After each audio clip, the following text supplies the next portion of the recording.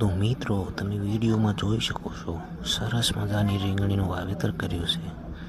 વચ્ચે 4 ફૂટની જગ્યા રાખવામાં આવી છે અને ઊભી લાઈનમાં વાવવામાં આવ્યા છે, ઝિગઝેગમાં નથી વાવવામાં આવ્યા.